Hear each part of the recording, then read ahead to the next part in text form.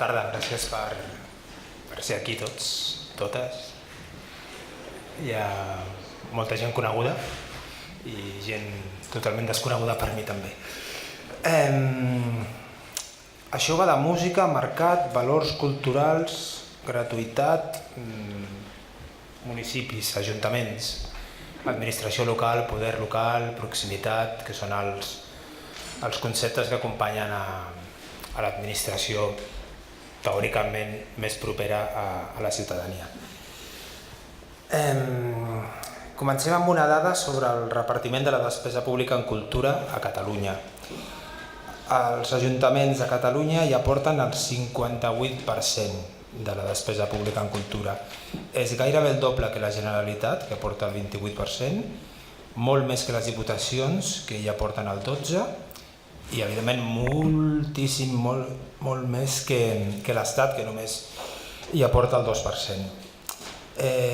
Són unes dades prou eloqüents sobre la rellevància municipal en l'economia cultural, inclosa la musical, perquè la música, encara que a vegades no ho sembli, també forma part de la cultura del país. És allò que es diu, que els principals promotors musicals del país són els ajuntaments. És una cantarella que hem sentit durant els últims 35 anys o 40 anys de vida en democràcia. Els ajuntaments no només són promotors, també actuen com a reguladors, són propietaris d'espais, subministradors de serveis, agències de comunicació, són alhora facilitadors, part interessada, gestors de conflictes. Obro un parèntesi un moment, perquè m'imagino que hi ha representants municipals aquí. Com reconeix el CONCA, el Consell Nacional de la Cultura i les Arts, l'administració local en l'àmbit de la cultura pateix, diuen textualment, una manca flagrant de recursos econòmics, materials i sobretot humans. És a dir, que la precarietat està molt repartida i encara que els ajuntaments hi aportin moltíssim percentatge a la cultura, això no vol dir que els ajuntaments siguin un sac ple de diners, sinó en la majoria dels casos tot el contrari. En qualsevol cas, els ajuntaments són absolutament fonamentals en l'ecosistema musical.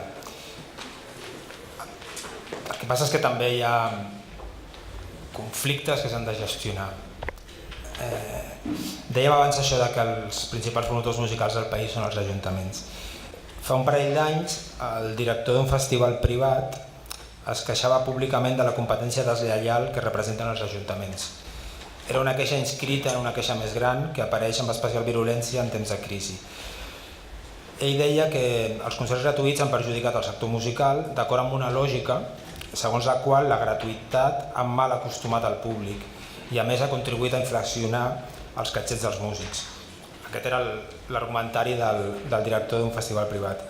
Aquesta mateixa persona, aquest mateix director d'un festival privat, resulta que també és promotor de concerts i representant d'artistes. I aquell mateix dia, 5 minuts després de fer aquesta anàlisi, reconeixia també públicament que ell havia de mirar pels interessos dels seus representats i per tant buscava bons contractes amb els ajuntaments.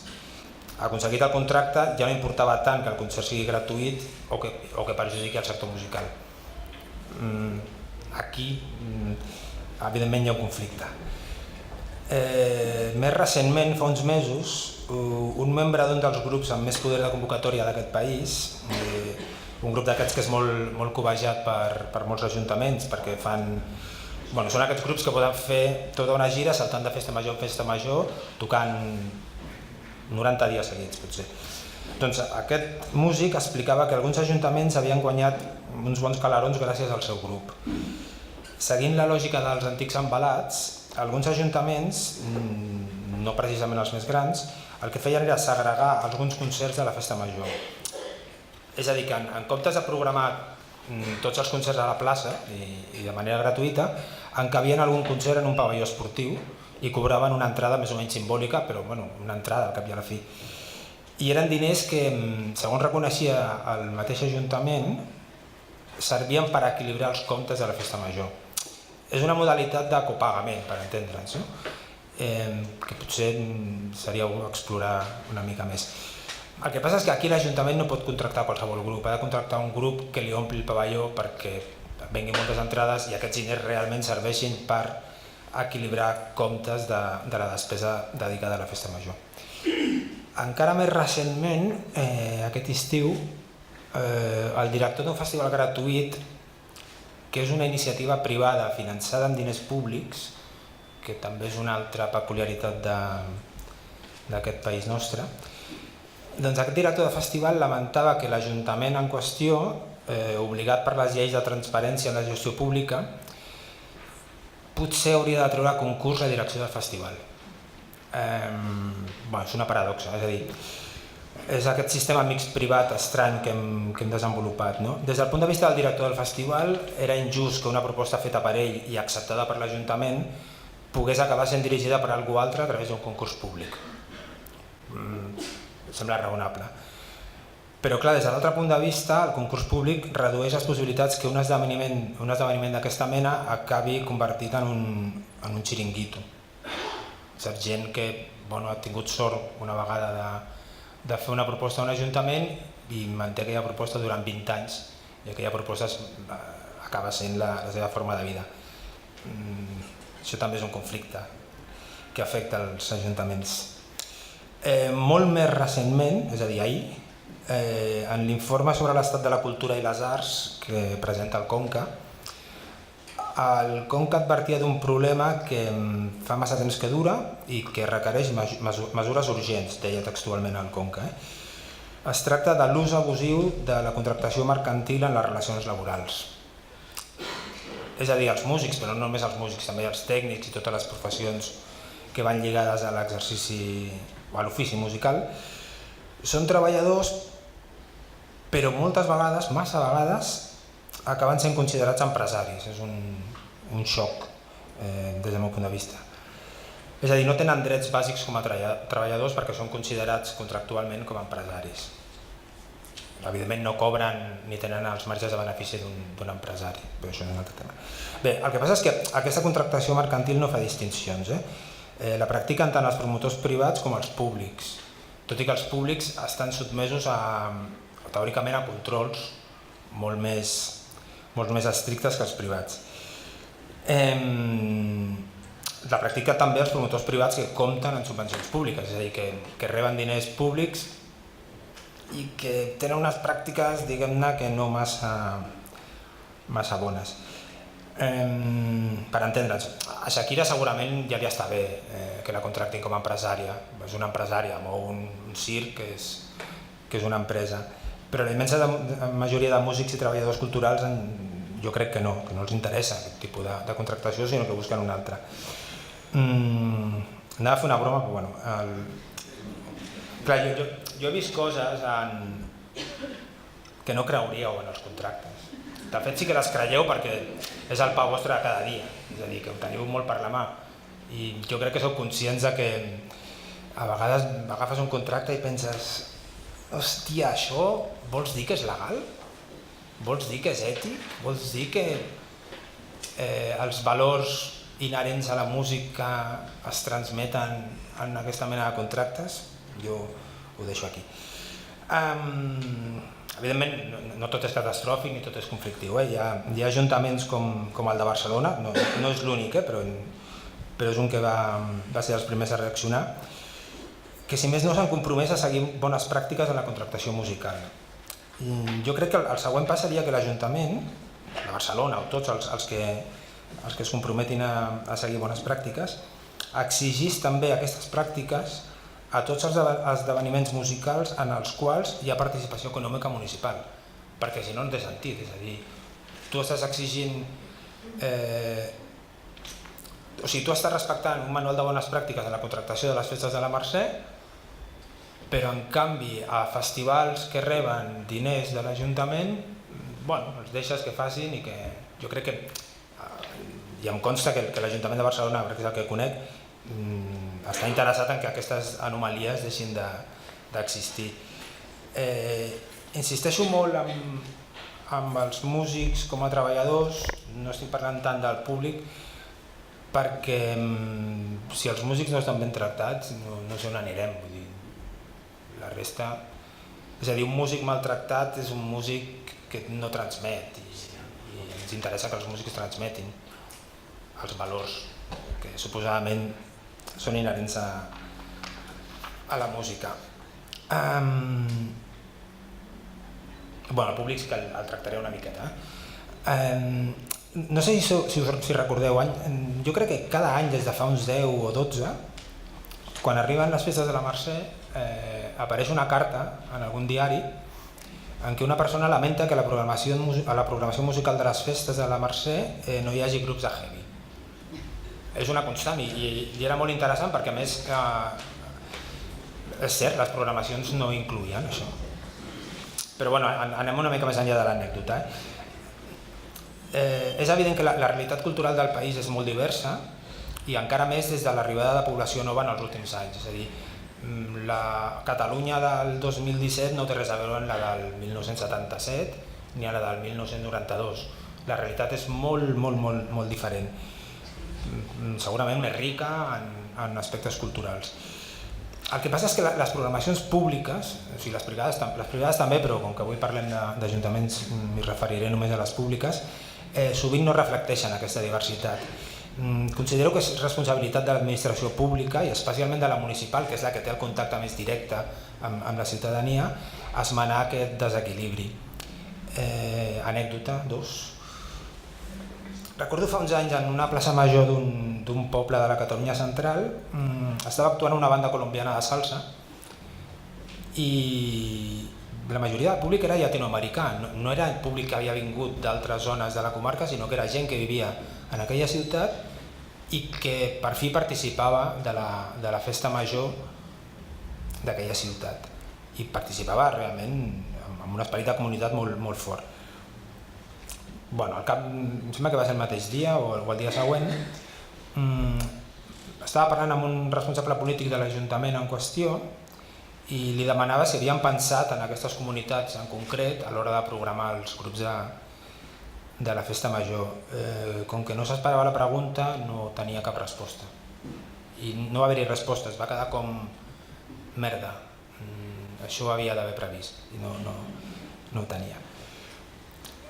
És veritat que sobretot la comunitat llatinoamericana a Catalunya s'ha organitzat molt i ha creat una mena de circuit cultural propi, però és un circuit que la majoria de la població no sap ni que existeix i que a la llarga pot generar una mena de guetos culturals, no per culpa de la comunitat, sinó perquè en les polítiques públiques aquest tipus d'expressions culturals són invisibles. Llavors, si no hi ha polítiques públiques que recullin les seves demandes, evidentment les comunitats es tanquen i s'ho munten pel seu compte i allò acaba sent molt poc permeable perquè els que no pertanyen a aquella comunitat ni ens assabentem i ells no tenen cap interès a sortir d'allà perquè ningú els ofereix el que ja aconsegueixen per ells mateixos. I quan es parla això de fer país i fer ciutat, això significa comptar amb tothom i evidentment és una responsabilitat de l'administració local no fer una OPA, no intervenir en la comunitat, però sí fer-los notar que existeixen, que saben de la seva existència. I també ho deixo anar, també responsabilitat dels ajuntaments que les programacions musicals en les quals participa l'Ajuntament fomentin la igualtat perquè totes sabem que les dones no abunden en els cartells dels cicles i festivals. És veritat que en els últims anys hi ha més consciència del tema i sobretot des de l'àmbit públic s'intenta que això no passi, però de la mateixa manera que deia abans, allà on hi ha diner públic ha d'haver-hi una vigilància de determinades coses.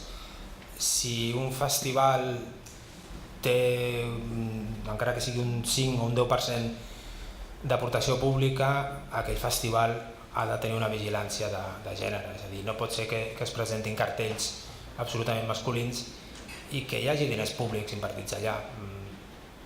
Crec que estaria bé incorporar-ho com a condició per donar subvencions. Crec que Ara no estic segur de si ja s'està fent en algun lloc, però m'imagino que hauria de generalitzar-se i probablement liderar-ho la Generalitat, no només els ajuntaments. He parlat d'administració local. El que passa és que no m'agradaria tampoc que es carreguessin les tintes en els ajuntaments només, perquè no és la mateixa realitat la de Barcelona, la de Viladecans, la de la Ràpita, la de la Bisbal. És a dir, també hi ha una responsabilitat per part de músics, de representants, de promotors, que haurien de conèixer molt millor, segurament ho coneixen prou bé, però jo crec que encara haurien de fer un esforç més per conèixer aquesta realitat tan diversa en la qual ens movem, i que músics, representants, promotors encara ajudessin i acompanyessin molt més els tècnics culturals municipals. No dic els de Barcelona, dic els de petits municipis que realment necessiten aquesta ajuda, perquè si no no tenen prou recursos per tirar endavant moltes coses. I, per exemple, sobre la responsabilitat dels músics, recordo el cas d'un grup que omple pavellons, tampoc hi ha tants a Catalunya, però hi ha alguns que sí, que li feia gràcia actuar en un petit teatre municipal d'unes 300 persones del Baix Llobregat. L'interessava per diverses raons. Pots entendre que volia vendre també certa proximitat amb el territori, estar en contacte amb el poble, l'argument que volgués. Evidentment, per tocar ja havia de rebaixar el caché. Era un grup que, si està tocant al Palau Sant Jordi, no pot demanar el mateix a un teatre de 300 persones. Quin és el problema? Que el comportament dels músics en aquests petits teatres acaba sent el mateix que en els pavellons. És a dir, no pot ser que el grup arribi al tècnic municipal o al programador del teatre i d'un aforament de 300 persones li demani 50 invitacions. Per què? O exigir no sé quants litres i litres de cervesa. Dius, tio, no es tracta d'això, no estàs entenent quina és la funció d'aquest espai concret en aquest poble. És a dir, eren músics irresponsables que amb la seva actitud estaven convertint en deficitària una cosa que no havia de ser i estaven pervertint totalment el sentit d'aquell concert. Acabo, perdoneu la dispersió. Ahir ho deia el Conca, però és que això jo crec que quan es va formar l'Acadèmia de la Música també va sortir el tema. És absolutament bàsic, fonamental, urgent que les administracions públiques col·laborin, o sigui, que no es relacionin només des de la competència i que a més que ho facin amb amplitud de mires i sense forçar les situacions. Són paraules maques, sempre es demana, totes les administracions diuen que col·laboren, però jo crec que encara podrien posar-hi una mica més. Entenc que les dinàmiques polítiques i partidistes són el que són i enverinen moltes coses, però tenen molt de marge de millora i la música, i per tant la ciutadania ho pot agrair. I jo també. Molt bé.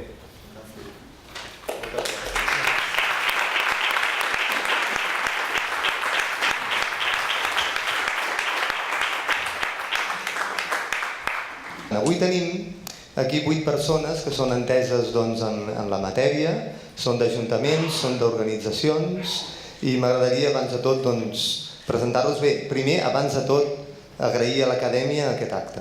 Jo crec que arribar fins aquí ha costat molt i els que vam estar molt al principi sabem lo difícil que és juntar tot el sector. Ho han aconseguit, per tant, Gerard i companyia, moltes felicitats i gràcies. I a tots, a tots. Bé, us voldria primer de tot presentar a les persones que tenim aquí, que són 8 persones. En Xavier Arnijas, de la Comissió de Cultura de l'Associació Catalana de Municipis. No ha vingut? Val, perfecte. Primera en la frente. Narcís Casassa, hi és? Director de l'àrea de Cultura de l'Ajuntament de Girona. Montserrat Chacón, regidora de Cultura de l'Ajuntament de Sabadell. La Carme Zapata, gerent de l'Associació de Sales de Concerts, ASAC. En Jordi Gratacós, president de l'Associació de Representants, de Managers, ARC.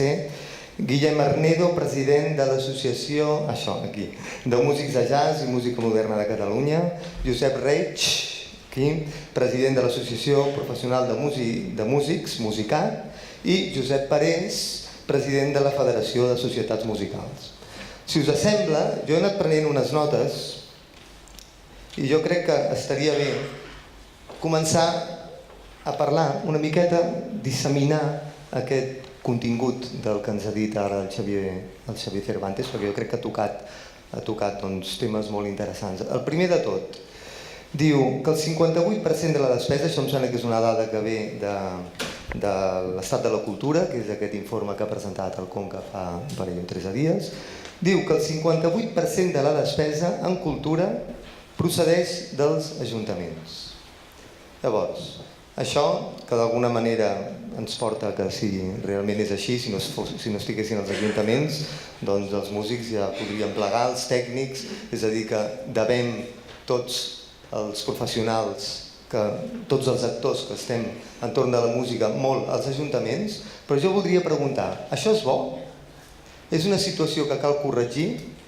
És quelcom de la qual ens hem d'estar orgullosos d'aquest aspecte o potser és una cosa que potser hauríem de tendir una mica més a corregir això? I què podem fer nosaltres i què poden fer les altres institucions? Qui vol obrir? Potser millor els ajuntaments, sembla? Sí? Doncs vinga, anem a Girona? Vinga. Bona tarda i moltes felicitats per la iniciativa i gràcies per convidar-nos. I en tot cas voldria excusar que és el que inicialment havia de venir el regidor de Cultura, en Carles Ribas, però que tenia altres actes a nivell d'Ajuntament i li ha estat impossible. Bé, en tot cas també dir que la intervenció d'en Xavier m'ha agradat molt perquè ell deia una mica dispersa, però em sembla que ha tocat aspectes interessantíssims i que donen per molt i que segurament molts dels neguits o de situacions que ha plantejat les estem vivint i que són bons tocs de reflexió i també gràcies per dir que no tota la responsabilitat ha de recaure en els ajuntaments. O sigui, el fet de ser conscients està bé. És bo o és dolent que els ajuntaments tinguin un pes important en la gestió cultural? Jo penso que és bo, es reclama i es mira molt quins són els recursos que es destinen en els pressupostos municipals a cultura. Per tant, és obvi que amb tot el desenvolupament que hi ha hagut ja amb els ajuntaments democràtics, en molts llocs la cultura ha estat una aposta dels ajuntaments com pels valors que té, no només en l'àmbit de les exhibicions, sinó pels valors educatius i per tant ha estat un instrument que ha d'ajudar a treballar altres problemàtiques en l'àmbit social, de la cultura i la cohesió social, en l'àmbit de la igualtat de gènere i en tots els àmbits. I al final per tenir persones més educades, persones més cultes, persones més compromeses i més crítiques. Ara bé, si els ajuntaments som els que hem de fer més esforç per finançar, per potenciar la cultura, és en detriment, en alguns casos, d'altres accions que no es poden afrontar. I aquí sí que penso que la resta d'administracions, i en Xavier en la seva intervenció ha tocat de dir s'està millorant en la col·laboració, penso que fa falta. Pensem que encara hi ha molta feina per fer amb la col·laboració amb les diferents administracions, sobretot les més properes, com és la Generalitat, com són les diputacions, i algunes d'elles amb molts recursos, per coordinar accions, per coordinar iniciatives, perquè moltes vegades també els agents, tots, és a dir, per un costat, per fer clientelisme, que encara n'hi ha molt, i per l'altre costat, per marcar perfil, fa que cadascú digui són les meves prioritats i no ens escoltem els uns als altres. I al final estem operant i al final el que estem fent són ajudetes que no ajuden a afrontar d'una manera clara projectes. Per tant, penso que té les dues lectures, però almenys, i aquí també en Nacho m'acompanya, que és tècnic de l'àrea de cultura, els tècnics estem contents de poder treballar en un ajuntament que cregui en la cultura i que tinguem recursos per poder tirar endavant. Els mànagers què diuen? Bé, mànagers, representants, promotors, és tot l'univers que tenim a l'associació ARC. A veure, jo ahir també vaig estar a la presentació de l'anuari del Conca i bé, aquesta dada se'm va quedar força al cap. Altres dades, per exemple, de l'anuari d'ahir, sí, ja ho dic bé, d'ahir, que crec que hem de mirar més amb lupa, em fa veure que realment l'importància del món de la cultura, i en concret el de la música, dintre d'aquest anuari, crec que per falta de dades i de realitat està molt fora de lloc, no trepitja, no toca de peus a terra. Vaig veure clar, ens van donar les dades ahir, vaig veure un formatget i un 4% del VAP resulta que és el que origina les biblioteques i arxius. I el món de la música, concerts, etc., el 6% del VAP. Jo crec, per mi és escandalós, d'alguna manera, el fet que no tinguem dades que reflecteixin veritablement l'esforç, no l'esforç que fa tot el sector, sinó la importància que té a tots nivells, i no ja només a nivell cultural, sinó també a nivell econòmic, fins i tot del PIB. Jo crec que aquesta és una mancança molt important i que és una llàstima que no estigui aquí el senyor Duarte, però crec que ja li traspassarem. És a dir, les dades estan agafades molt amb pinces i també ho hem vist abans amb alguna intervenció. En quant a aquest 58% que el Conca diu que és la part de pressupost genèric, general, que es destina per part dels ajuntaments, clar, aquí tenim que saber on va per aquest 58% del pressupost, per un costat, i diferenciar el que són ajuntaments grans i petits. Hi ha 900 i pico ajuntaments al nostre país i no és el mateix, evidentment, un ajuntament com Barcelona o com un que tingui 130 habitants. Evidentment, si féssim aquest promig i li féssim cas, aquest 58% que pot destinar Girona, Barcelona, Lleida, Manresa, Sabadell, etc., segur que l'han de dividir entre els auditoris que tenen, els museus, etc. El 58% que pugui destinar un poble petit no és del tot cert, perquè no oblidem que la gran cultura, entre cometes, d'aquest pressupost que està a dintre d'aquest ajuntament petit, pràcticament el 100% se'n va a la festa major. Per tant, moltes vegades quan ens trobem i diguem qui són els més grans, els promotors més grans del nostre país, i tothom pensa en empreses que tots coneixem, jo què sé, Doctor Music, Gaia Company, Project, etc. No ens enganyem. El gran promotor del nostre país, de la música, és justament els ajuntaments, i aquesta xifra ens ho demostra. A partir d'aquí el que hem de veure és com va néixer. Potser faré un discurset, però si m'ho permeteu.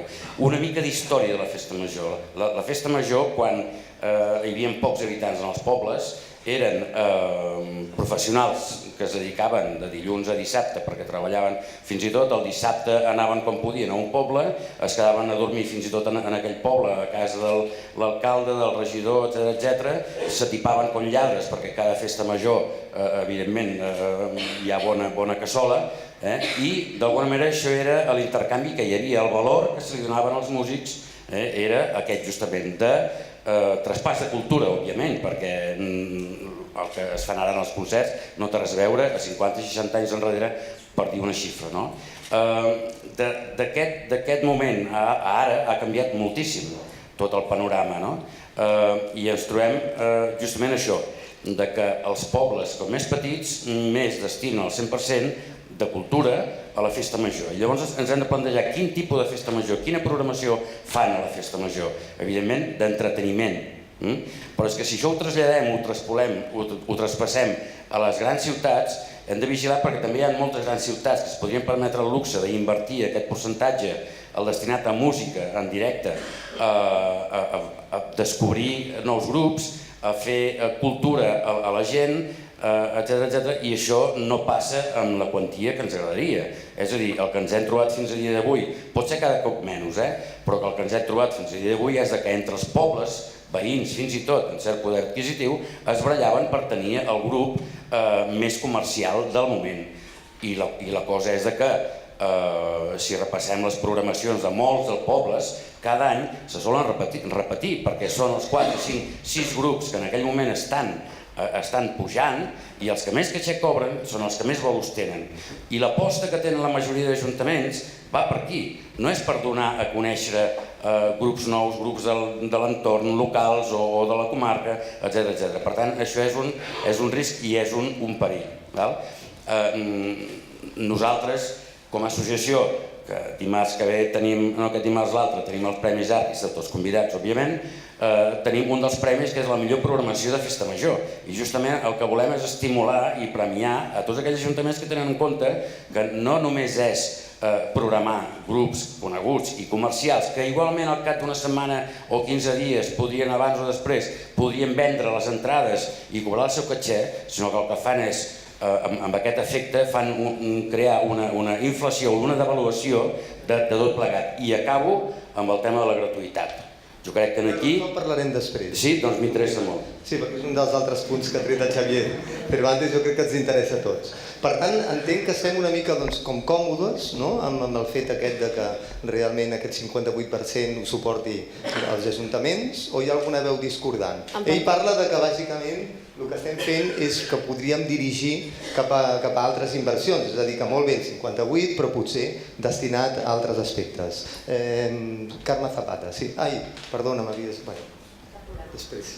Vaig a l'esquerra, que també... L'esquerra també pesa.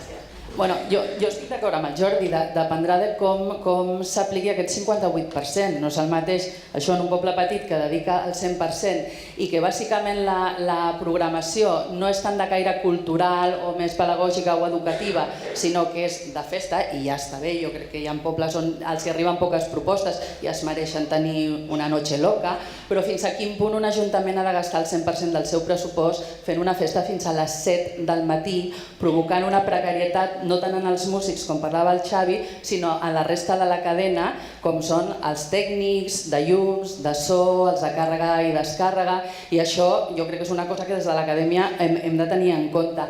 No és el mateix tampoc, segons quina part del pressupost destinis, perquè òbviament estàs destinant molts diners a un tipus de música en concret. Últimament hi ha moltes veus que s'aixequen dient quina, òbviament, si és una festa, ja entenem que determinats tipus o gèneres musicals queden exclosos, però clar, quin tipus de música és la que bàsicament quins grups van de festa en festa major, saltant com si fossin d'arbre en arbre, vivint durant molts mesos, i això s'està propiciant des de les administracions públiques. Per tant, jo crec que hi ha una part que en determinats ajuntaments, una part més cultural i pedagògica, que s'està deixant de banda. Per tant, és un pressupost prou elevat com perquè ho tinguem en compte.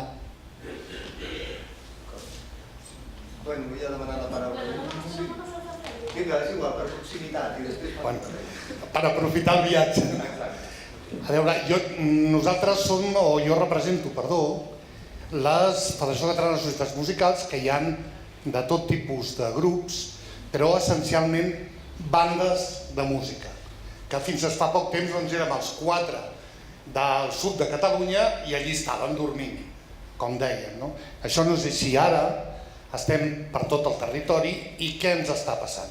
Doncs que nosaltres provenim del món associatiu i del món de l'amateurisme.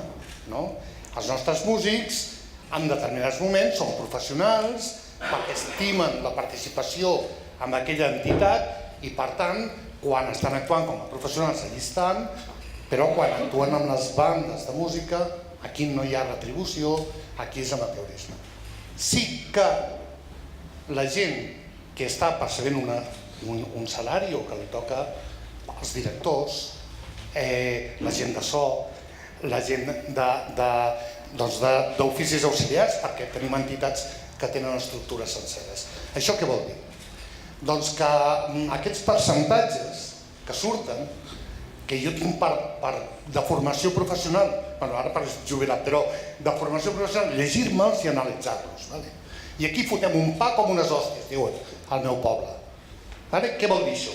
Doncs senzillament, a mi una banda de música on la col·locaria? Al Conca. A on la col·loca? Dic, els estudis que fan. Doncs, indefinició, perquè és alguna cosa així com que ni és carn ni és peix.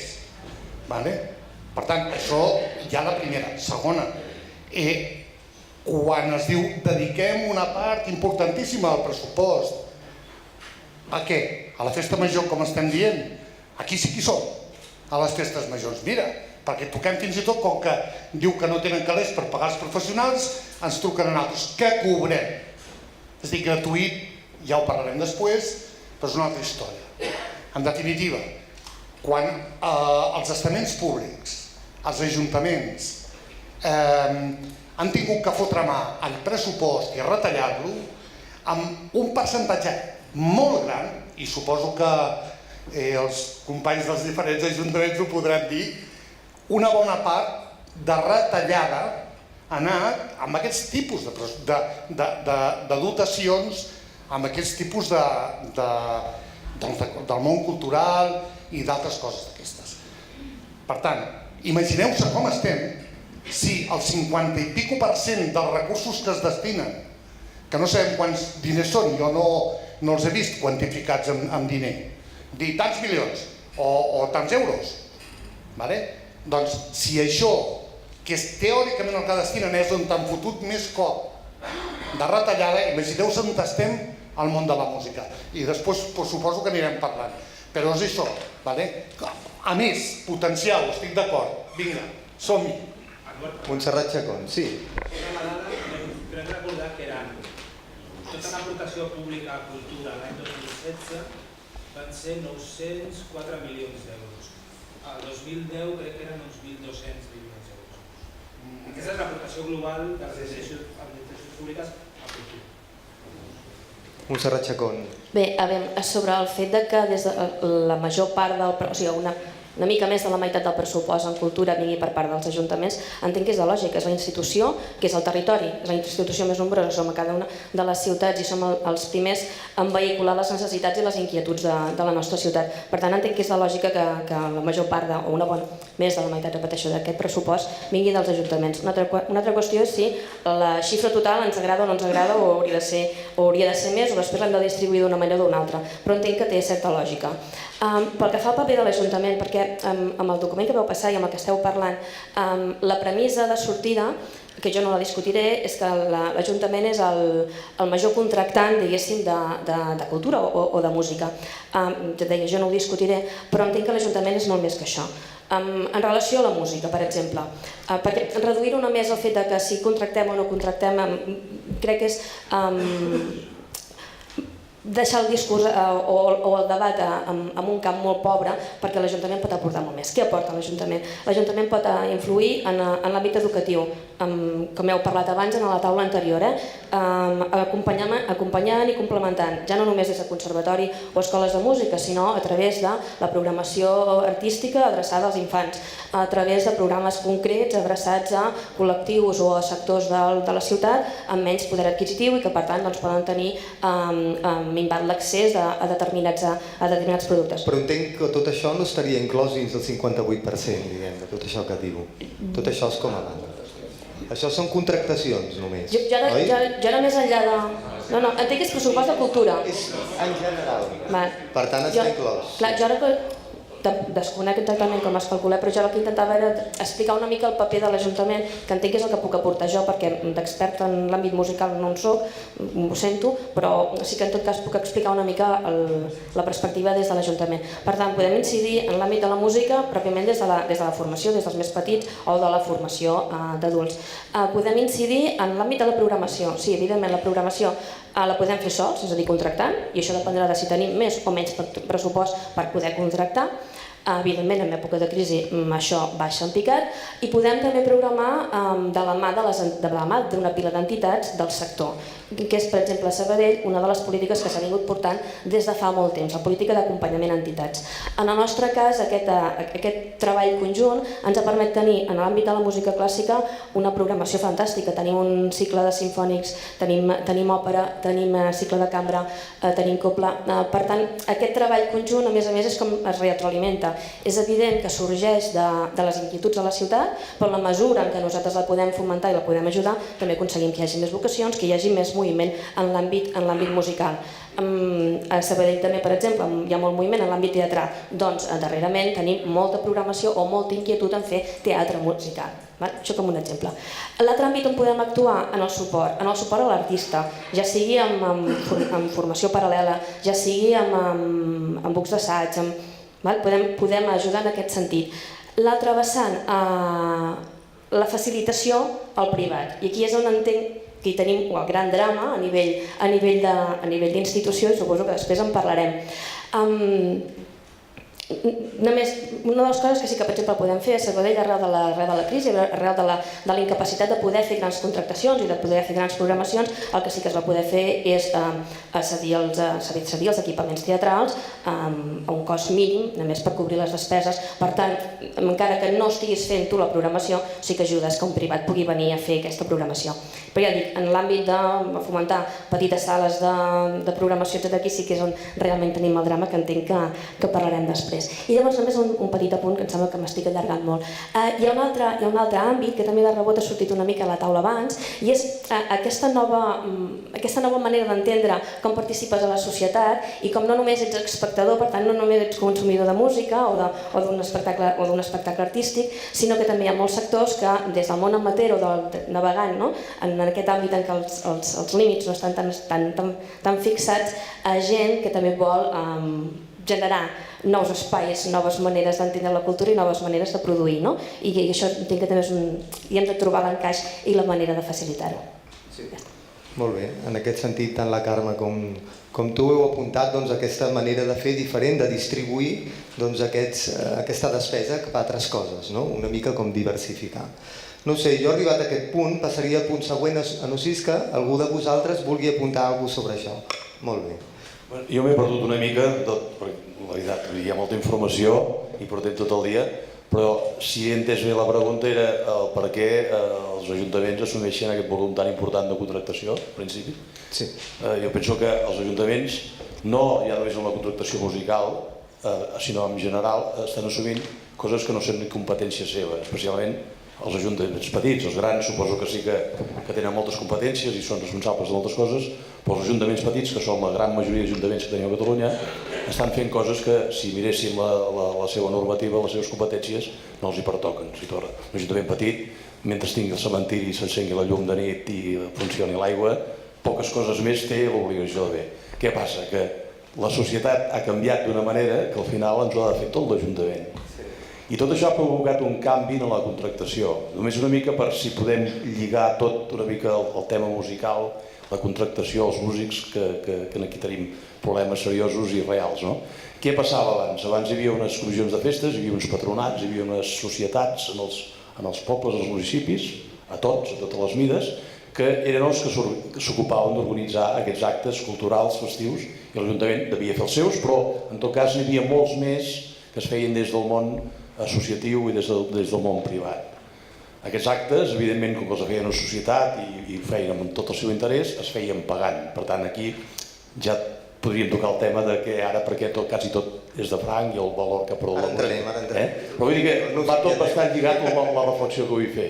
Llavors, què ha passat? Amb el temps s'han deixat de fer les coses, els ajuntaments han hagut d'assumir les programacions a tots els nivells. Ajuntaments grans, evidentment, sempre tenen un paper més important, però ajuntaments petits també han hagut d'assumir-ho. I aquí ha aparegut un altre problema, un altre fantasma, que és com es contracta aquesta gent, com es contractava abans. Resulta que, esclar, abans, com que us feien unes comissions de festes, es generaven diners a la mateixa festa. Els músics, no fa tants anys d'això, jo marxava del bolo i marxaves amb els diners a la butxaca, perquè es havien generat. Ara això ha passat a la història. apareixen les factures, apareix l'IVA, apareix que no estem complint la regulació i aquí és on tenim el problema principal. Vull dir, va tot bastant lligat amb el canvi aquest de per què els ajuntaments organitzen... És que al final és que no vol fer ningú més, els ajuntaments quan entren s'hi veuen obligats. També és veritat que socialment un ajuntament poder programar una bona festa, tenir un millor grup que empreni la plaça, encara que hi perdin els calés, perquè va així és això, és un èxit polític i l'alcalde aquell dia es pot passejar orgullós, però després haurà de pagar tot això, no? I haurà de pagar uns diners que haurà de treure d'una partida que podria ser ja no tant de divertimento i podria estar també igualment vinculada amb el món de la música. Per tant, jo crec que resoldria moltes coses, però jo crec que el problema principal és aquest.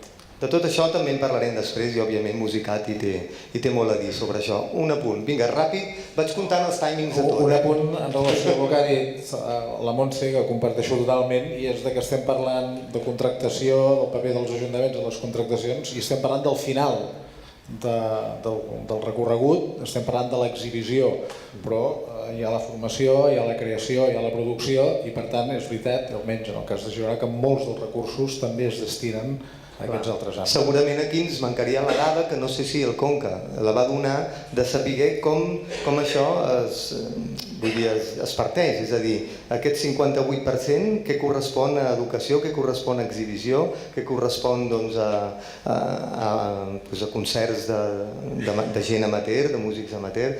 Aquesta dada segurament ens ajudaria més a saber si realment els ajuntaments estan fent la feina. I una mica respondria el que tu deies, Carme, no? Una mica saber si realment hem d'anar a buscar altres... Bueno, ho deixem per un altre fòrum, potser l'any que ve tenim més dades. Bueno, arriba el moment que tots esperàveu de la gratuïtat. I us llegeixo la dada, que és la que ens ha donat el Xavier, no? No sé si l'has arribat a donar, però jo la tinc anotada aquí perquè ve d'aquest informe de la Conca. El 45% dels concerts a Catalunya són gratuïts.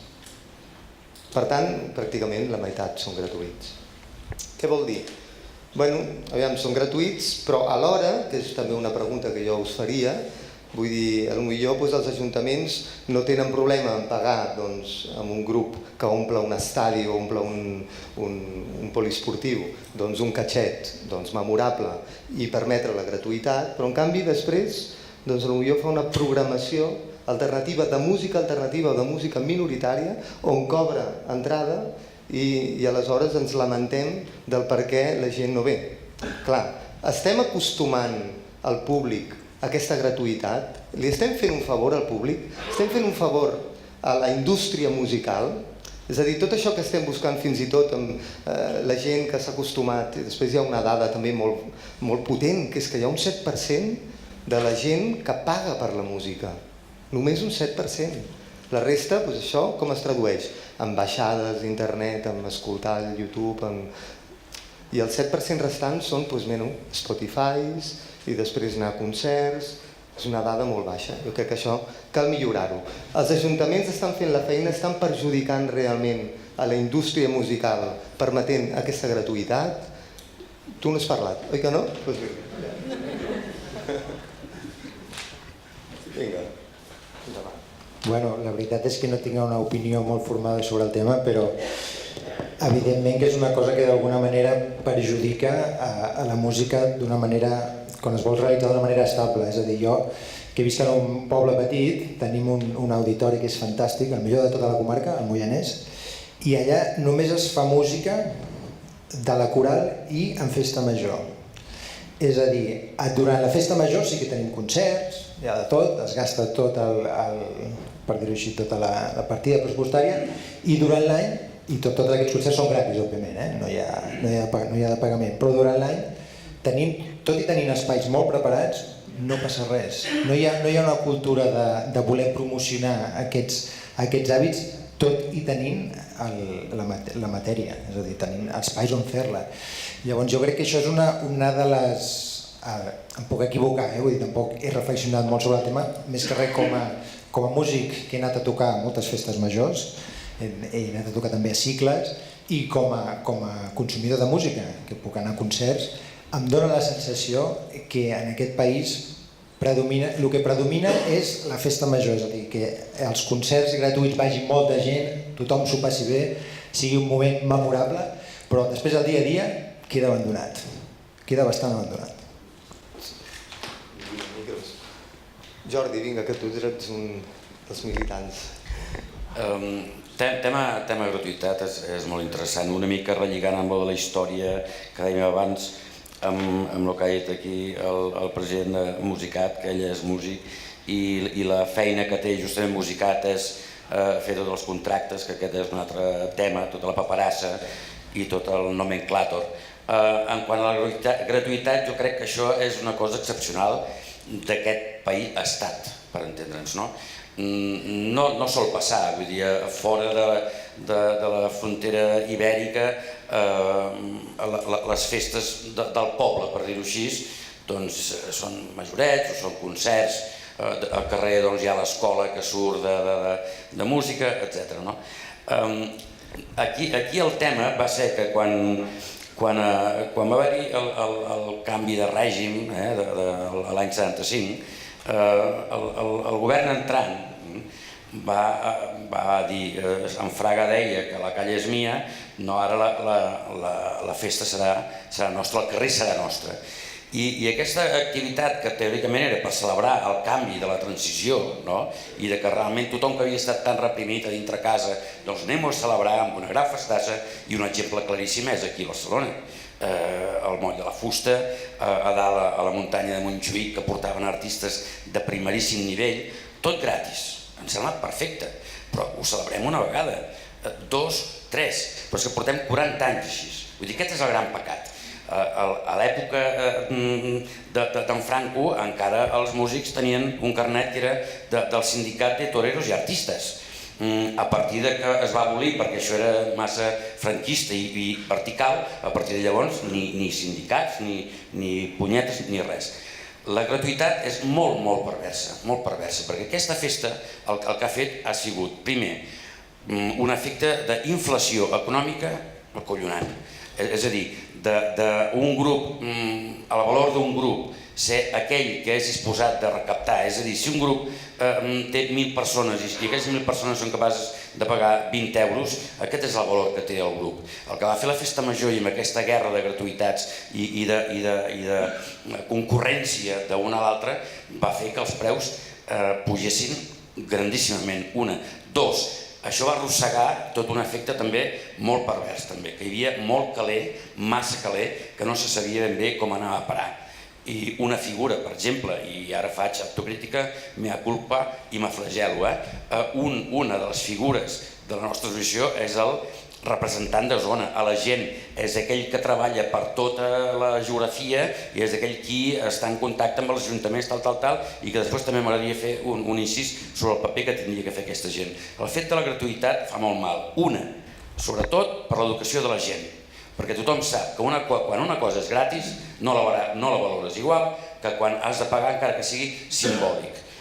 Estem farts, perquè hi hem anat tots a festes majors i veure, i tots ho han fet, ojo, tots hi hem anat, veure tota la canalla que la música és el menys interessant, que el més interessant és trobar-se allà davant de l'escenari, anar a les barraques, beure birres, fotre's fins al cul, perdoneu, de tot. Per tant, la gratuïtat és molt perversa i això fa que el públic per un costat no sigui educat i la ona expansiva que fa és que llavors hi hagi molts grups que justament quasi siguin només per festa major, per entreteniment, i això evidentment va acompanyat per una poca o falta de política dels mitjans de comunicació en quant a quina és la música que sona per la ràdio, quina és la música que sona per la televisió, etc. Per tant, és una doble perversitat. Una, per al públic en general, que l'hem educat molt malament i costarà, i l'altra pel propi músic. La meva filla és música, ha acabat la carrera i ha d'anar a fer festes majors. No pot fer la música que a ell li agradaria, per guanyar 4 calarons molt mal pagats i a vegades en negre perquè l'Ajuntament subcontracta o li diu en el del bar del costat escolta, fes-ho tu i m'estalvies de la paperassa, que aquest també és el tema de la paperassa. Per tant, jo crec que aquí els ajuntaments tindrien que com a mínim ser conscients que una, Si és un artista potent perquè volen portar un artista potent, que li doni facilitats, que li cedeixi el pavelló, que li cedeixi... No, però que vagi a taquilla, que vagi a guixeta. I això hi ha ajuntaments mitjans grossos que ja ho fan. Girona, per exemple, pot ser un, Lleida pot ser un altre, etc. I si fan música gratuïta, que facin una oferta atractiva de cara al públic, que sigui... que potser va a veure aquell grup i no sap ben bé quin és dintre la programació, però que sí va, quan acabi digui, hòstia, quin grupasso, com es diu? I un exemple que va passar aquí a Barcelona mateix és el BAM. Vull dir, quan es va eliminar totes aquestes grans figures del moll de la fusta i de la muntanya Montjuïc i va sortir el BAM, què era?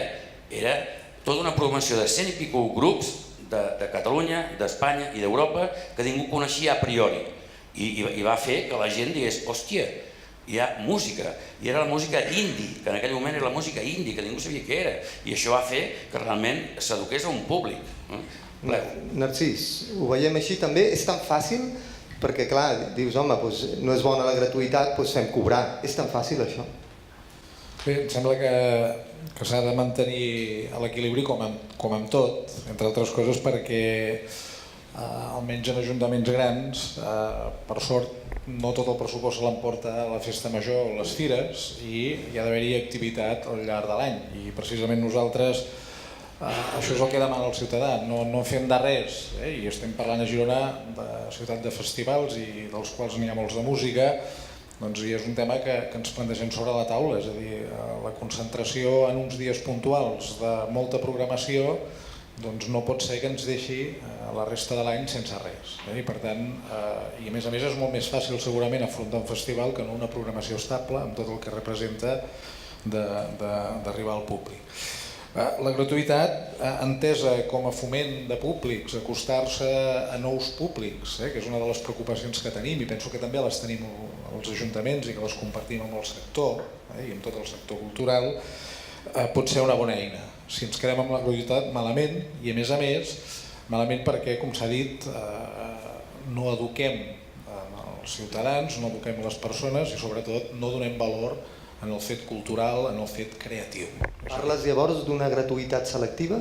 Una gratuïtat al servei segurament d'altres objectius, no com a objectiu pròpiament, de dir per tenir gent, per dir que hem omplert, que això també passa i que tens moltes tentacions. Per tant, hem de buscar aquest equilibri amb la idea, una, d'arribar al públic, però després hi ha d'haver-hi la consonància amb el que oferim. És a dir, per què un ajuntament o els ajuntaments hem de programar teatre, hem de programar música? És a dir, si ja hi ha operadors que ho fan, no té sentit perquè entrarem en competència deslleial. Moltes vegades perquè això en la política de preus no s'incorpora l'amortització d'espais, la inversió, és a dir, per tant, estàs en una situació d'avantatge competitiva. Però el que cal és, també en els àmbits de la cultura, qui ha d'arriscar. I en tot cas, una de les funcions a l'hora de programar és que els ajuntaments també busquin aquest equilibri entre el risc. No té sentit que un ajuntament faci únicament programació comercial perquè el seu compte de resultats li surti bé. I a vegades hi ha aquesta tentació, però per tant penso que també que hi hagi aquesta aposta i aquesta creença que el risc per donar sortida a àmbits, a gèneres, a artistes poc coneguts, doncs és fonamental. I en el camp de la gratuïtat igual. És a dir, nosaltres tenim una experiència que ha funcionat molt bé, que per fires, si em permeteu ho centralitzo com a exemple, hi ha un escenari relativament nou, que és la plaça de Sant Feliu, que està una mica allunyada de l'àmbit de les barraques, on pot ser que la gent hi tingui el punt de trobada, però que està ple i cada vegada més, i entenem que és per la importància, no, pel valor d'aquestes veus, d'aquests grups emergents, molts d'ells poc coneguts, però que estan fent forat. I a més el que és important és que la gratuïtat ha d'estar acompanyada de que les condicions del concert siguin les mateixes que si és un concert de pagament. I això passa també en altres àmbits, com pot ser de les exposicions.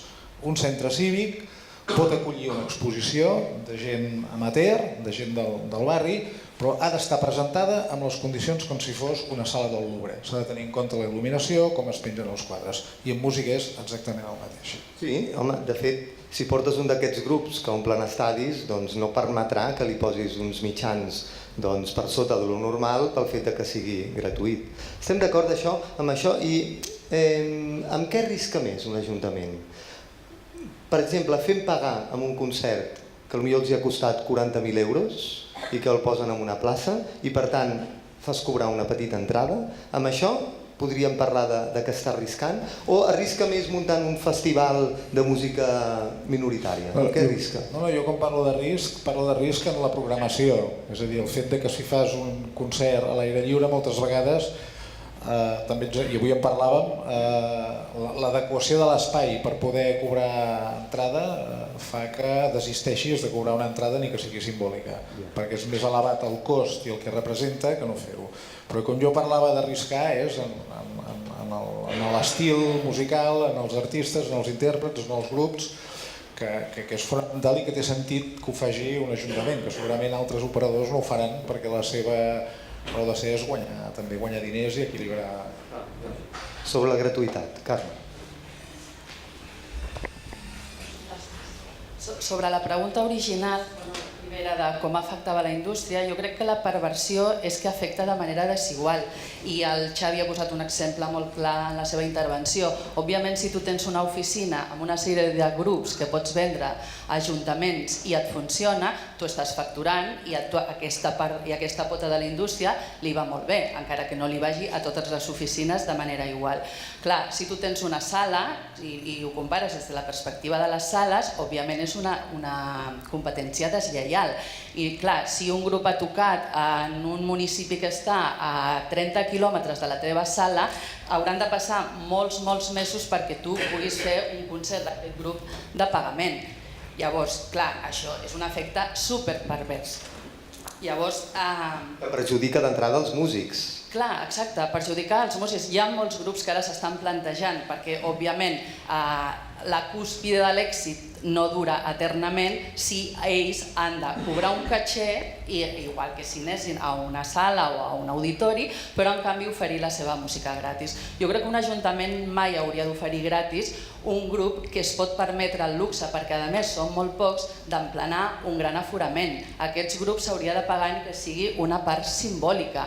Clar, vivim en un país que tenim 360 festivals, molts d'aquests són públics i són gratuïts i a més tenim grans festivals amb exclusivitats. Per tant, el perjudici que la gratuïtat afegeix a l'activitat de tots els que estan dia a dia programant a les sales és enorme.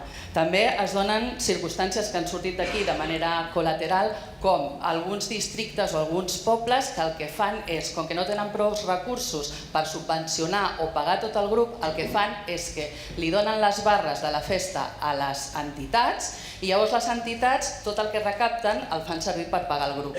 Però què passa? Que totes les sales, si hi ha sales de concerts en aquell districte o si hi ha sales de concerts en aquell poble, no poden, no tenen permès perquè no són de la comissió de festes i no poden posar barres al carrer, amb la qual cosa no només estàs impedint en aquell moment i durant els dies o els mesos que pot durar aquesta programació gratuïta que aquesta sala no pugui programar i cobrar una entrada, a part de la part pedagògica que ja es dona per suposada, sinó que a més hi estàs provocant un lucre cessant de totes aquelles begudes que no podem vendre perquè les estan venent les entitats relacionades amb la festa major.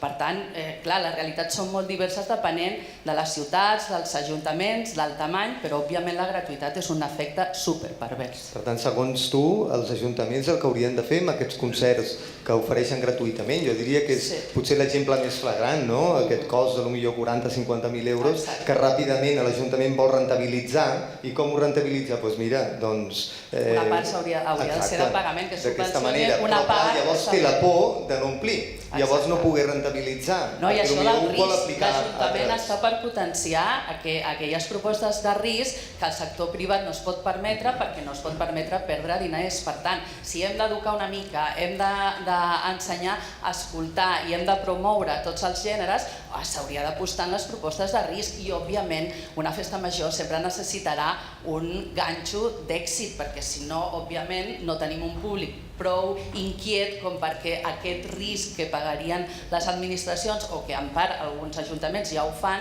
sigui prou interessant per atreure i generar aquell ambient de festa. Per tant, però hauria d'estar molt més equilibrat. Interessant, o sigui, és que els grups majoritaris són els que han d'ajudar a impulsar la música en general en tota la seva diversitat i la seva heterogeneïtat estilística.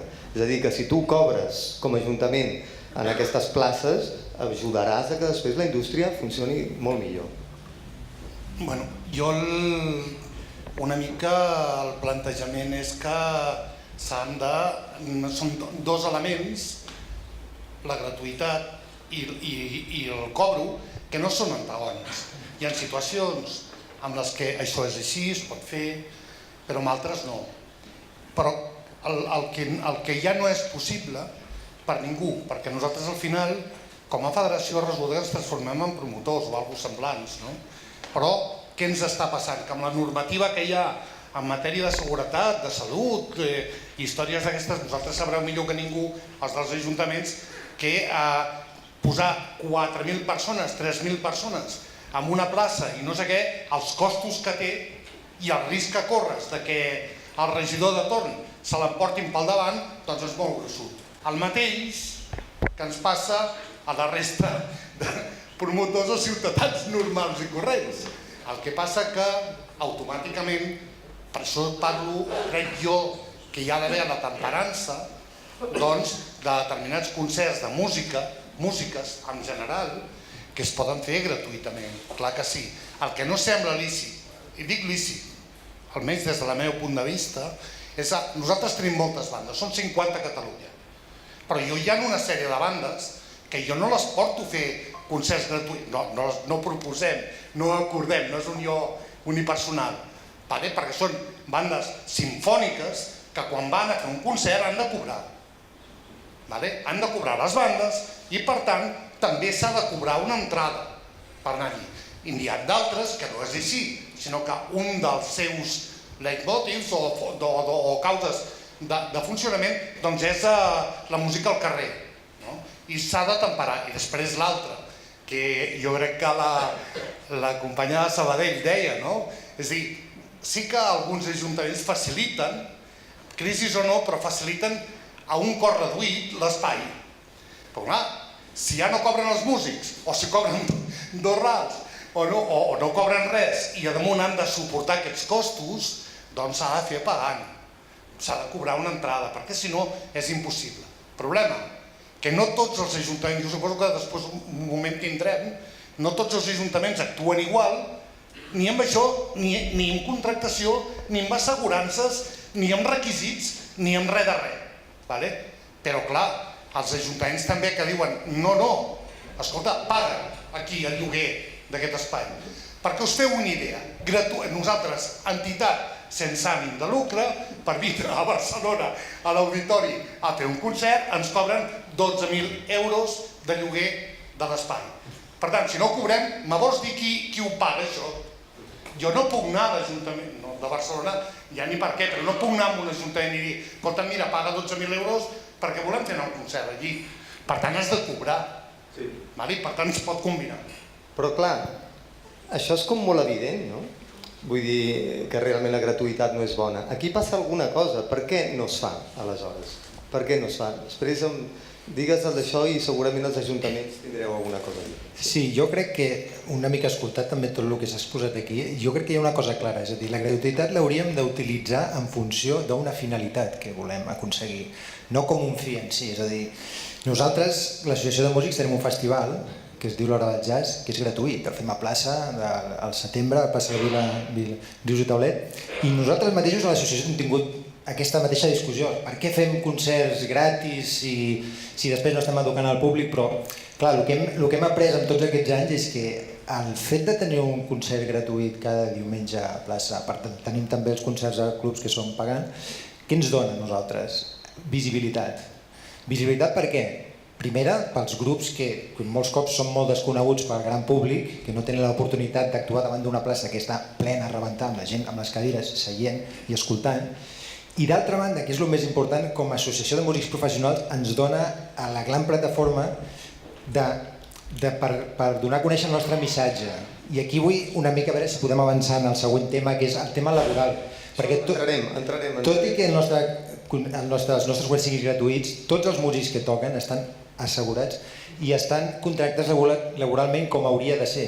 Clar, això no pot anar en detriment que els concerts siguin gratuïts.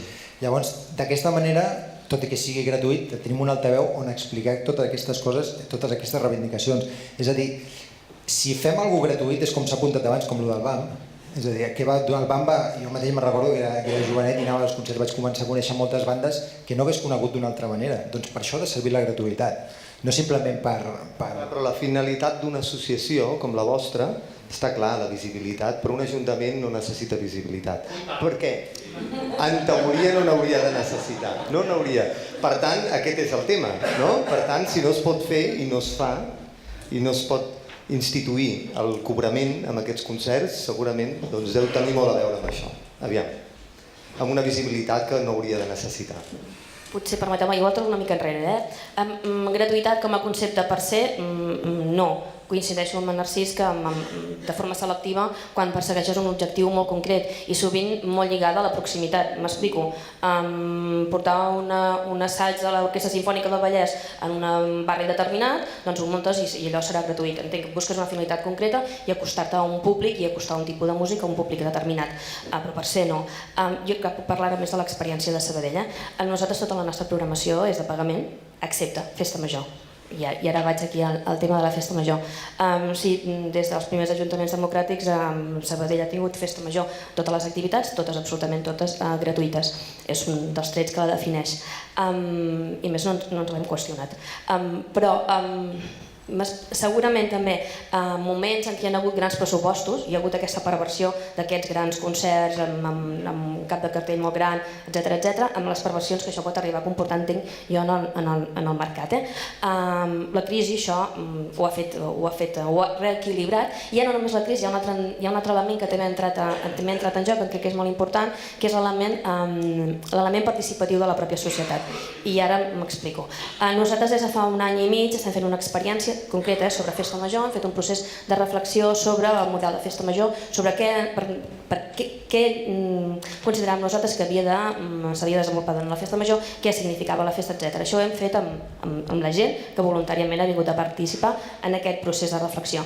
El fruit d'aquest procés de reflexió, intento fer-ho molt ràpidament, ha sigut una de les conclusions que hem tret és proposar un nou model d'organització de la pròpia Festa Major, i des d'enguany hem tingut unes comissions que s'han encarregat de fer propostes de programació, i entre elles de propostes musicals. Llavors, el fruit de tot això ha sigut la barreja de les inquietuds de la pròpia ciutadania, de les entitats que en major o menor grau tenen a veure amb el món musical, i això ens ha permès plasmar molt més la realitat del territori i els gustos del territori. Per tant, jo crec que hem aconseguit tenir una programació molt més variada, amb més contacte directe amb els ciutadans, i suposo que malgrat que pugui haver-hi aquesta possible perversió, també està generant una estructura i estàs donant les possibilitats de tenir un espai on actuar amb gent emergent, gent a mig camí i potser algun de més conegut, però per tant també estàs contribuint a generar una estructura,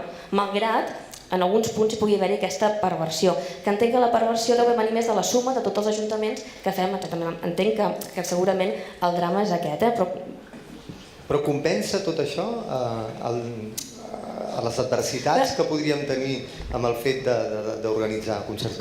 Però quan parlàvem del paper de l'Ajuntament en l'ambassat de la música, que no és només la contractació, i dèiem que actua directament amb molts més elements, jo crec que és precisament aquí on hem d'ampliar la nostra activitat, no només els grans ajuntaments, els mitjans ajuntaments, sinó tots els ajuntaments, perquè entenc que és el que ens ha de permetre crear aquesta estructura, crear aquest públic, crear aquestes dinàmiques, no?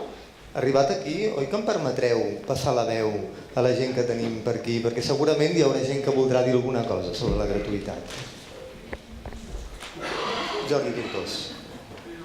Una mica en general i una mica també per al·lusions. Jo soc programador de Festa Major, jo programo la Festa Major del meu poble. El que passa és que el meu poble és Barcelona i és molt especial, no? La programació de la Festa Major de Barcelona. Però jo us faig un plantejament a l'inversa. Hem parlat del 58% del pressupost de la cultura ho fan els ajuntaments i l'altre 42%. Irem al revés. A l'altre 42% se suposa que estem parlant de la iniciativa privada. És a dir, estem... d'equip... Generalitat, Diputació, etc.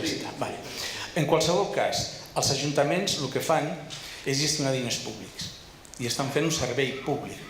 Aleshores, jo quan pago, quan nosaltres paguem des de l'Ajuntament, estem reinvertint en la indústria, en el mercat. Estem tornant els diners que paguem tots, perquè nosaltres paguem els diners públics, amb diners que paguem tots els que estem aquí. Tots els ciutadans paguen uns impostos, i amb aquests impostos paguem la festa major, el cicle no sé què, el MACBA, el CCCB, el que faci falta. Aleshores, penseu en això, és a dir que en un moment determinat aquesta gratuïtat, cert, és un terme una mica pervers, però té altres lectures. És a dir, no són tan gratuïts, perquè aquests diners que paguem tots els estem tornant a la indústria. Ho faig per canviar una mica també el... Vinga, Gerard Quintà. Sí,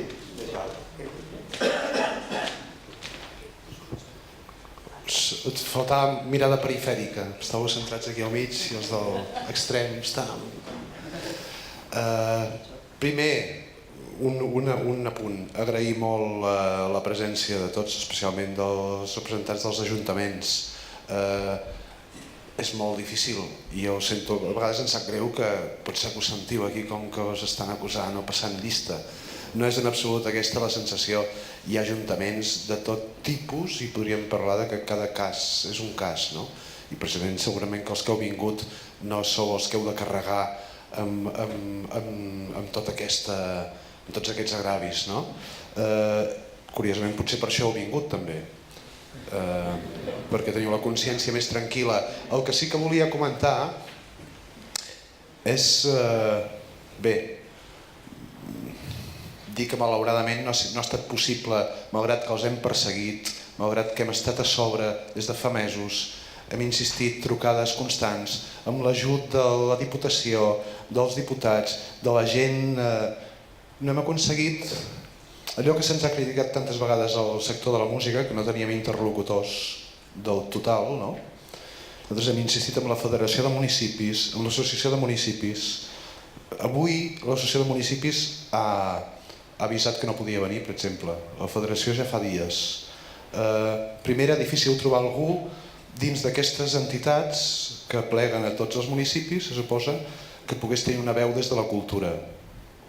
I després ha estat impossible, perquè estan molt enfeinats, que poguessin tenir un temps per la música. Us ho agraïm molt. Però això ens demostra que hi ha un problema realment. Que hi ha un problema perquè no podem parlar amb els ajuntaments d'una manera, diguéssim, col·lectiva. No podem anar ajuntament per ajuntament cada un dels 900 i pico ajuntaments, perquè ens trobem bojos. S'entén que hi ha una especificitat i que cada població pot fer les coses de la seva manera, però hi ha uns mínims, hi ha uns acords que és molt difícil de complir d'aquesta manera. Heu parlat de moltes coses que jo m'he sentit bé tocat en aquest sentit, sense un aspecte negatiu, no? I jo em sento entre aquests grups, afortunadament, que poden fer concerts sense haver de ser gratuïts. És més, en aquests 3 últims anys la intenció del grup amb el que està treballant era no fer cap concert gratuït. Em semblava immoral i falta d'ètic. Un grup com nosaltres que podia convocar la gent pagant i amb un caché elevat, perquè portàvem un nivell de producció bèstia, grinyolava que participéssim en aquest tipus de patró, que és la festa gratuïta a l'aire lliure, basat sobretot en la festa major. Tot i així no hem aconseguit que dels 70 concerts que hem fet en aquesta etapa, una cosa així, tots fossin pagant. No ho hem aconseguit. Hi ha zones en les que és impossible pràcticament. I estic parlant ara de més a l'oest, vull dir, el territori no és tot igual, vull dir, hi ha llocs on les coses són realment més peculiars.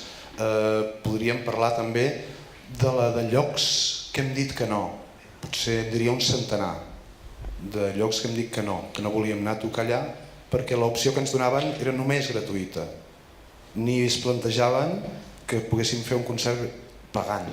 Fins i tot diria que de les poblacions del territori potser una dotzena tenien la possibilitat d'oferir un espai on poder fer pagar entrada. Recordaré el cas de Mataró, per exemple, fa aquest any no, anterior no, 2015, on ens vam entestar a anar a tocar allò, tot i que no tenien un espai adequat ni preparat per fer un concert de pagament, i la producció ens va pujar a 87.000 euros, només la producció, per poder preparar aquell espai. O sigui, el benefici va ser mínim, però la intenció era fer-ho d'aquella manera. Perquè d'altra forma, jo sí que crec que estem pervertint la cadena. O sigui, abans ho parlàvem amb el Santi Arís un moment, que és més antic que jo encara, i em deia, ja han comentat quan totes les festes eren de pagament? I nosaltres mateixos, en els nostres inicis, a finals dels 80 i començaments dels 90, encara així, en molts dels espais, el concert era de pagament al camp de futbol, a la pista poliesportiva, a la festa dels quintos, on fos, i aquella gent guanyava diners amb els quals podien fer més coses encara. Ara, actualment, no és així. El model que deia el Jordi Gratacós també des de celebració de la democràcia des de fa 40 i tants anys, amb aquell Enrique Tierno Galván que va fer aquell model de la nova movida madrilenya, bé, encara és heredat. Molts artistes que van viure es van fer rics gràcies a la seva afiliació política, fins i tot. Fent tots els ajuntaments d'aquell partit socialista que tenia quasi tots els ajuntaments d'arreu de l'Estat, molts, majoritàriament en algun moment, i era el seu sou. I no parlaré de noms, però tots sabem de qui estem parlant. Algun, per respecte, no diré noms, no? Però aquesta era... I encara estan pagant els favors, vull dir, d'alguna manera, no? Només hem de recordar el fet durant el final del franquisme, per exemple, per fer una mica de context, i el començament d'aquells anys predemocràtics, de transició, que bé, bandes com la del Santi, com la d'Arma, com el Pau, etc., omplien el Palacio de los Deportes de Madrid, omplien arreu de l'Estat. Catalunya era capdavantera, era l'avantguàrdia del país, era on estaven passant les coses al mateix temps que Europa, i la gent pagava per això. I en 5 anys es va desmuntar tot això. Jo crec que aquí sí que hi ha una utilització política del que estem fent, que s'ha enquistat i ha creat uns hàbits entre la gent que són molt difícils de canviar. Però d'alguna forma el que sí seria molt interessant és poder parlar, a part amb la vostra predisposició amb els ajuntaments que heu vingut avui, parlar amb el total dels ajuntaments. O potser és que la Federació de Municipis o l'Associació de Municipis és només un ens d'aparador o per tractar temes importants, no la cultura i la música. Això són preguntes que em faig. El problema de tot això és que la teva perspectiva, diguem-ne, que és ja d'un grup ja consolidat de fa anys, no és la mateixa que la d'un grup novell que de sobte assoleix l'èxit, no? I aleshores ells no estan disposats a renunciar a aquests concerts. Sí, això és cert, però fins i tot aquests grups novells, fins i tot els que no ho peten, necessiten... Normalment no ho peten perquè no... O sigui, la contractació municipal acaba configurant una escena, no? Ara mateix l'escena actual, l'escena prioritària, és l'escena relacionada totalment amb la festa. I allò que en diem mestissatge, sí, podríem dir des de Charango, Catarres, o sigui, tots aquests grups que fan tot el circuit i que és collonut. Però ells mateixos es comencen a plantejar, quan fora de temporada i quan veuen que el cicle positiu no durarà sempre, que volen fer altre tipus d'espais, però no poden anar a aquella sala de 500 a fer pagar perquè estan fent gratuïts cada setmana. Aleshores, són incapaços de reunir 500 persones pagant, però sí 10.000 en una plaça. Sí que ens trobem amb percepcions de casos, o l'altre dia la visita d'una gent que fa treball tècnic en els concerts, o sigui, diguéssim que la Champions o la primera divisió que és molt reduïda. El gruix és a la classe mitjana i a la classe precària en aquest sentit. I una representació dels tècnics del país en els quals ens exposaven una situació gairebé d'alarma, no diré de semiesclavatge, però gairebé, amb aquesta perversió dels concursos, no? Ara tothom fa concursos com l'aeroport, no? Té uns espais, es posa concurs. Qui pagui, saps, qui faci el millor tracte, li donarem aquell espai perquè vengui aigües a 10 euros, no? Saps què vull dir? O sigui, tot acaba rebotant d'una manera bèstia per rentabilitzar. I en aquest cas els concursos públics ens parlaven de casos en els que, com que no hi ha un conveni ni uns mínims ètics, s'estan guanyant concursos per portar equips de 4.000 watts amb 2 tècnics i un DJ, o sigui, això vol dir fins que surti el sol, per encara no 400 euros. No qual cosa, com cobreixes? T'oblides immediatament del material. El material no val res. Com cobreixes el sou de 2 tècnics? Com cobreixes les hores? Aquesta gent no dormirà? Saps què et vull dir? Perquè l'endemà haurà d'anar... O sigui, les situacions són molt perverses i no podem focalitzar en un ajuntament o un altre, sinó qui és l'interlocutor?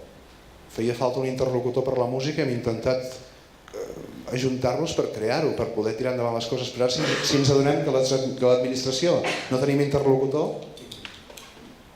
Ets l'únic que m'has fotut el micro, eh? Com són els cantants, tu.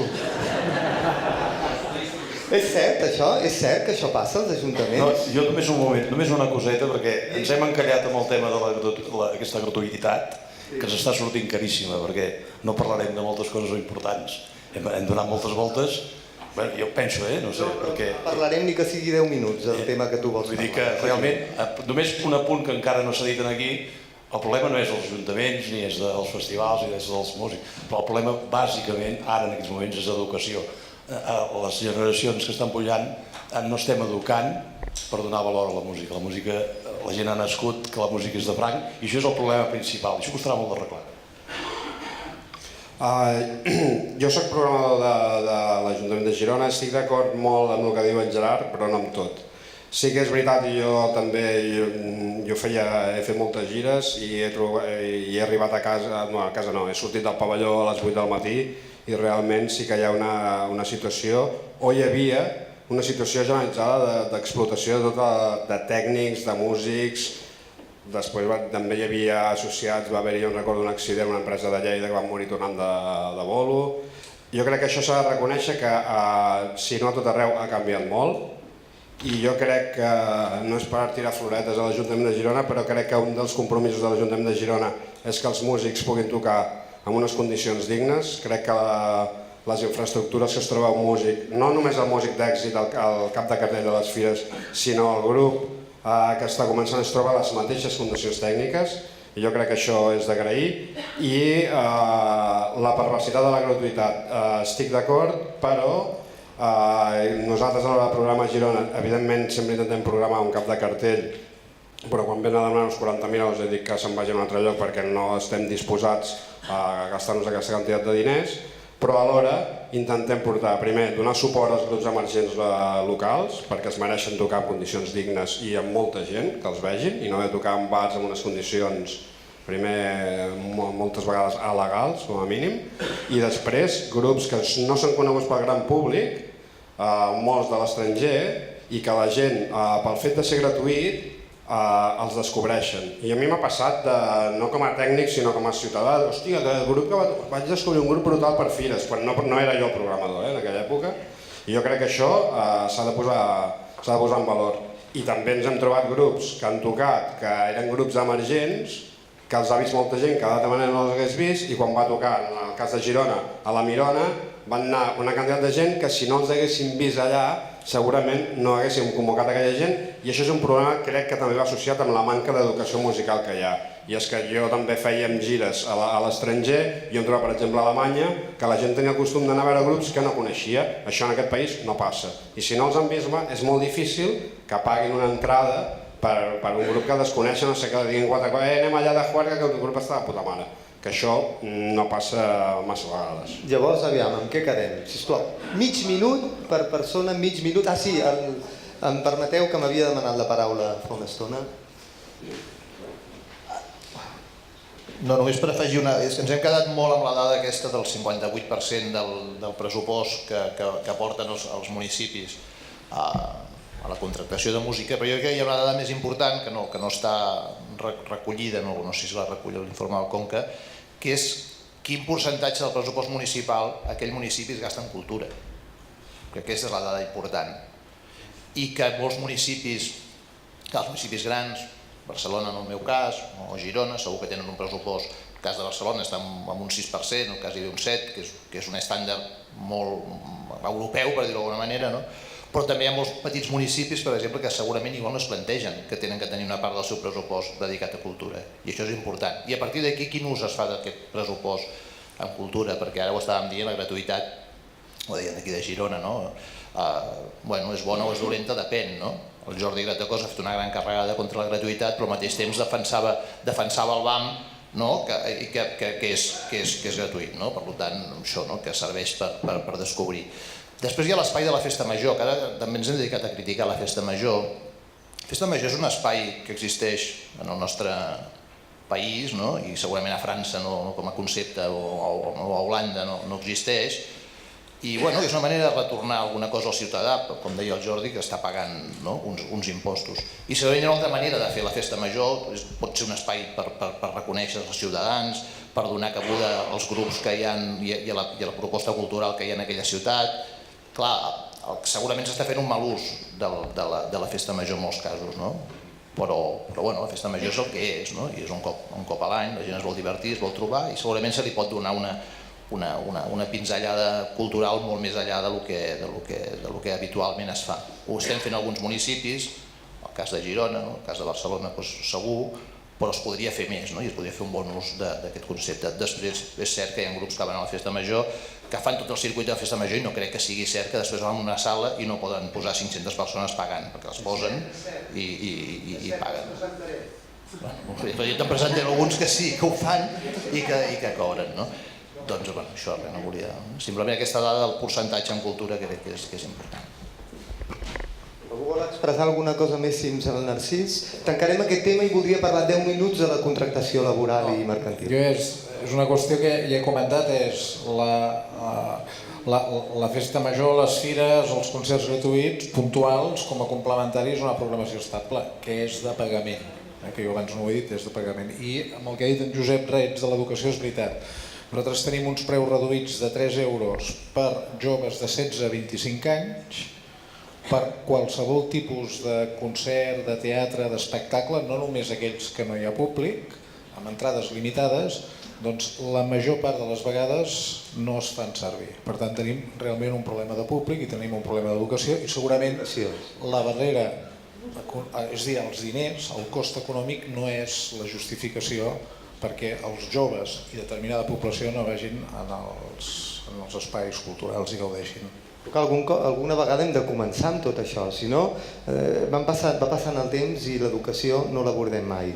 Sí que l'abordem a altres nivells, però realment sí, creiem que tot això depèn que el públic estigui educat. Per exemple, jo us diré, vaig anar a fer una actuació a Viena fa molts anys i vaig anar el dia abans. Doncs em van convidar a escoltar la Filharmònica de Viena i em van explicar que els estudiants paguen 3-4 euros per anar a veure la Filharmònica de Viena. És increïble. Clar, això aquí no passa. Tu vas al Liceu i o pagues o no hi vas. Això, per què? Perquè portem tot un rastre de no educació, i clar, ni els polítics, ni els programadors, ni el públic, tots estem en aquest sentit mal educats. Voldria introduir un tema més que jo crec que musicat en Reig ens podrà fer 5 cèntims sobre la contractació, perquè abans m'ha alarmat una dada que ha comentat en Xavier Cervantes sobre el fet que hi ha un ús abusiu del contracte mercantil. Clar, la meva pregunta és, un músic que es paga els seus autònoms, lògicament, quan va a un teatre, el que espera és que com que està cotitzant, jo ja sé que té una resposta a tot això i te l'estic posant, t'ho estic posant bé, però el que paga els autònoms el que espera és que quan simplement va tocar en un lloc, doncs faci la factura, cobri i ja està, i trimestralment fa les seves liquidacions d'impostos i punt. Però resulta que no és així, perquè hi ha teatres, hi ha una heterogeneïtat en aquest tema. Teatres on et demanen la factura o teatres que per molt que tu estiguis donat d'alta com a autònom no volen cap factura, el que volen és un contracte laboral. Com està la llei actualment? Què en pensa Musicat? Perquè això estem una mica en un punt que ja sabem que és molt indefinit.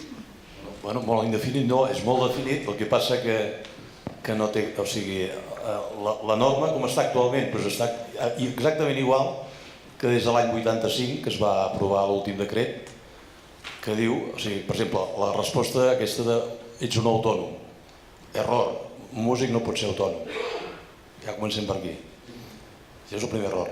Aquest decret el que diu bàsicament, i per anar ràpid... Explica per què no pot ser autònom. Perquè aquest decret el que defineix és el músic com un treballador per compte aliè.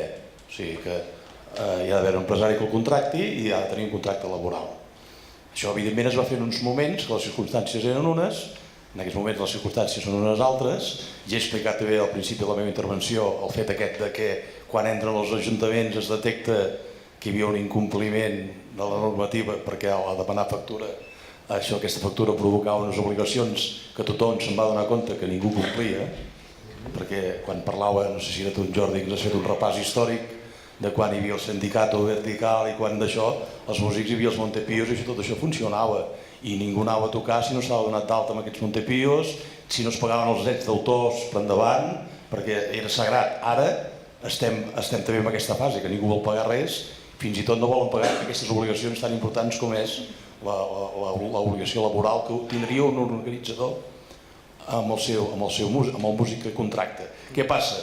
A efectes pràctics, contractar un músic que ve cada dia a tocar sí que hi ha una relació laboral ben clara i que és normal, un músic que treballa en un teatre, que treballa en una televisió, que treballa en un local, que fa una feina que li encomana a l'empresari, a l'organitzador. Quan aquest músic va tocar un dia, un cop a l'any per la festa major o en un concert i no hi va més, aquí es complica la cosa. I aquest músic ja no és un músic, sinó que és un espectacle que té un caché, que a banda d'un salari no van a buscar només el salari, sinó que van a buscar rendibilitzar aquell muntatge que han fet.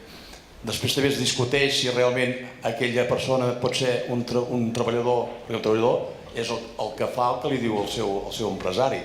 Però quan tu crees un producte, fas un repertori, crees una imatge i ho vas a vendre, en cap cas hi ha una relació laboral, tu estàs oferint un servei. Per tant, la lògica diria que això és una prestació de serveis. Però esclar, tot això que té sentit comú i té lògica, no està regulat. I això s'ha de regular i s'ha d'ordenar. Perquè si no, pensat que ho fem molt bé, caiem cada vegada a la trampa. Els ajuntaments cada vegada més han optat per no tenir problemes, de demanar tenir una relació mercantil. I això va en detriment de la relació laboral que deia. Evidentment, és molt més fàcil pagar una factura més IVA que fer un contracte amb una persona, donar-lo d'alta a la seguretat social, donar-lo de baixa el mateix dia perquè ja no vindrà més, fer-li una nòmina, en aquests moments fer-li complir la normativa de riscos laborals. Tot això és molt complicat de complir. I les normes s'han de fer perquè la gent els pugui complir. I ara estem convisquent amb una norma que està totalment obsoleta, i aquí sí que estic d'acord amb en Gerard, que seria bo que els ajuntaments, que són, com hem demostrat i hem explicat aquí, els màxims contractadors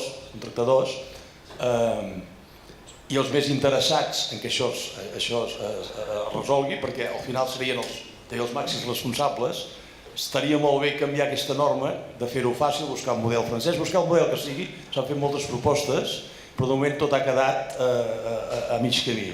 S'està elaborant l'Estatut de l'Artista que hauria de resoldre això. Però esclar, estem elaborant coses tan grans, de vegades, que jo personalment, sempre ho comento amb els companys que ens trobem, tinc la sensació de que volem fer tantes coses de cop que no en farem cap. Vull dir, això és un problema. I hauríem d'anar... Aquesta és la base, jo crec que és la base de tots els problemes. Moltes gràcies. Bé, per de formació professional. Jo vaig estar molts anys treballant a la Inspecció de Treball, a la Tresoreria de la Seguretat Social, i un dels objectius que hi havia de quan en quan era el de comprovar com estava el personal, tots aquests músics, aquests que van por ahí. Fins i tot arribar a situacions, ho faig una mica per vegeu una miqueta anècdotes, doncs com apanyarem amb aquests nens? Fàcil, truquem a tots els ajuntaments de la província, això ha passat en una província catalana, m'enviïn tots els cartells de les festes majors, comprovaves on estaven aquells músics a cap puesto, clar, la majoria d'ells. Però tots havien estat contractats perquè era el cartell de l'Ajuntament. El tema, el Josep ho estava comentant. Tenim una normativa obsoleta, però que jo sempre els comento que cuidado com ho toquem perquè encara prendrem tant. Perquè la situació és que l'artista que va i està donat d'alta i fa aquesta factura i tot el que sigui, té uns reconeixements a nivell de prestacions i a nivell de jubilacions, això va així, que no és la mateixa que la d'un contracte a temps parcial per 1 hora i mitja, que és la que, habitualment es fa amb un concert. I diu, home, però i els assajos? Això no compta, per exemple. És a dir, hi ha tota una sèrie de circumstàncies que s'ha d'anar, jo crec, que amb molta cura, però sí que efectivament al segle XXI el que caldria és tindre una vegada per totes la definició de què és un artista, de com ha de funcionar per la vida, de quins són els seus deures i de quins són també els seus drets. I ho poso així per ser generós. I això, ni es fa ni es farà amb bastant de temps pel que sabem, però ho vaig preguntar i es veu que no estan, com ho van dir, por la labor.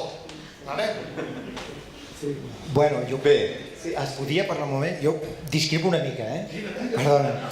Perquè justament a les associacions aquí a Catalunya, les 4 que estem, les professionals de música, estem fent una feina bastant forta des de fa temps amb això de l'Estatut de l'Artista, és que ens vam enterar aquí a través de l'ESGAI que va haver-hi una presentació.